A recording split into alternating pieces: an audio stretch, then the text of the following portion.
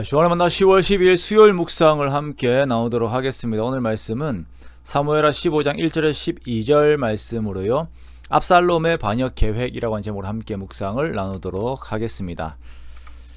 오늘 말씀은 다윗을 내치고 왕이 되고자 하는 압살롬의 반역 계획이 점점 구체적으로 진행되고 있는 것을 보여주고 있습니다. 하나님께서는 모든 사람들에게 각자의 은사라고 하는 것을 주십니다. 우리가 소위 말하는 재능들이 있는 것이죠. 그래서 다른 사람들보다 뛰어난 재능을 가지고 있어서 그것을 선하게 잘 활용하는 것을 보면 참 멋있다라고 하는 생각을 하게 되어요. 우리 교회 상민 형제가 하는 아르바이트가 이제 수학 문제의 오류를 확인하는 것인데요. 저는 이제 수학 꽝이라서 전 도저히 감당을 하지 못하는 분야라 그런 일들을 하는 것을 보면 정말 대단하다라고 하는 생각을 합니다. 이렇게 우리들에게 주어진 재능들이 잘 사용이 된다라고 하는 것은 정말 이것들을 우리에게 주신 하나님께 정말 감사할 내용이 되는 것이죠. 오늘 본문에서 보여주고 있는 압살롬의 모습을 보면 이 사람은 정치적으로 정말 탁월한 사람입니다. 자기 자신의 장점을 잘 알고 있고 상황을 분명하게 파악을 하고 있고 사람의 마음을 훔칠 줄 아는 그런 사람이었어요. 압살롬이 얼마나 머리가 좋았냐면 당시 이스라엘 최고의 모사였던 아히도벨의 모든 상황을 파악하고 이 사람을 자기 편으로 끌어들이기까지 했던 사람이었습니다. 자, 이 압살롬의 행적을 보자면 그는 백성들을 기만하는데 아주 탁월한 모습을 보입니다. 그는 형제를 죽인 살인자이고 다윗과의 관계 역시 제대로 풀리지 않았지만 마치 왕에게서 모든 지위를 얻은 자처럼 행동을 합니다. 1절 말씀을 보면 그가 자기를 위하여 병거와 말들을 준비하고 호위병 50명을 그의 앞에 세워요. 즉 압살롬이 행차를 할 때는 50명의 호위병이 앞서서 행차하고 그는 마차를 타고 나아가는 것이죠. 공식적인 지위를 얻은 자처럼 행세를 하고 있는 것입니다. 그리고 그는 성문 길 곁에 서서 재판을 하러 오는 사람들을 기다려요. 그들의 상황들을 들어준 후에 마치 자신이 그들을 위하는 사람인 것처럼 대합니다. 내게로 오는 자에게 내가 정의를 베풀겠다라고 말을 하지요. 또한 기가 막힌 태도를 하나 보이는데요. 절을 하려는 이 사람들에게, 백성들에게 자신이 왕자임에도 불구하고 그 사람을 안고 입을 맞춥니다. 형제들에게나 하는 그런 행위를 보여주고 있는 것이죠. 마치 히틀러가 선거 유세를 할 때 사람들에게 악수를 하면서 기존에 없던 선거 방식을 도입을 해왔던 것과 비슷한 방법으로 사람의 마음을 빼앗는 것이에요. 이에 사람들은 압살롬의 계산된 행위 속에서 마음을 다 빼앗겨 버립니다. 6절 말씀해 보니까 이스라엘 사람의 마음을 압살롬이 훔치니라 라고 정확하게 표현을 하고 있습니다.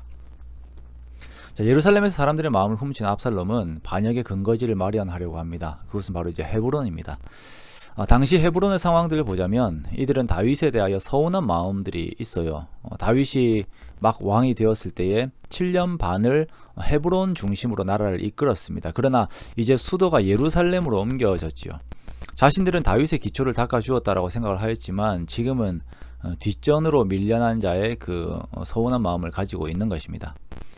자, 압살롬은 이것을 너무나도 잘 알고 헤브론으로 갑니다. 그리고 예루살렘에서 200명의 압살롬을 따라가는데요. 이들도 역시 압살롬의 반역의 일들을 알지 못하고 그저 따라가기만 한 자들이다 라고 이렇게 오늘 11절에서 말씀을 하고 있어요. 자, 또한 압살롬은 아히도벨을 데리고 오게 됩니다. 자기 편으로 삼게 되는데요. 아히도벨은 밧세바의 할아버지죠.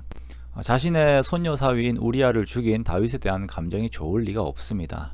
이 마음을 또한 압살롬이 이용을 해서 자신의 악을 이루려고 하는 것입니다.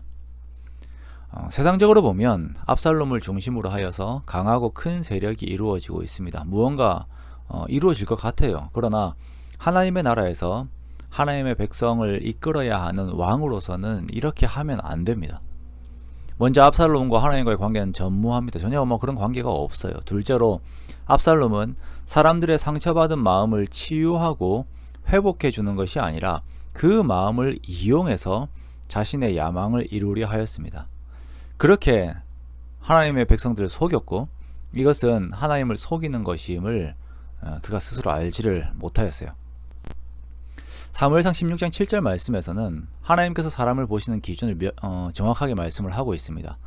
사람은 외모를 보거니와 나 여호와는 중심을 보느니라. 자, 이 말씀 앞에서 우리들에게 주어진 모든 재능보다 앞서야 하는 것이 바로 하나님 앞에서의 우리의 마음 자세다라고 하는 것을 기억하게 됩니다. 여러분, 압살롬과 같은 재능을 부러워하지 마십시오. 우리들에게 가장 먼저 되는 것은 바로 하나님 앞에서의 우리들의 정직한 마음과 태도입니다. 이것을 하나님께서 받으셔야 우리의 모든 삶의 형통이 이루어지게 됩니다. 형통이 주어지게 되어요. 그러므로 오늘도 우리가 내게 주신 은사와 함께 성실하게 살아가되 하나님 앞에서 고람대오의 자세로 살아가는 우리 모두가 되기 원합니다. 그렇게 마음의 중심을 보시는 하나님께 인정받는 저와 여러분의 복된 삶이 되시기를 주님의 이름으로 축원합니다.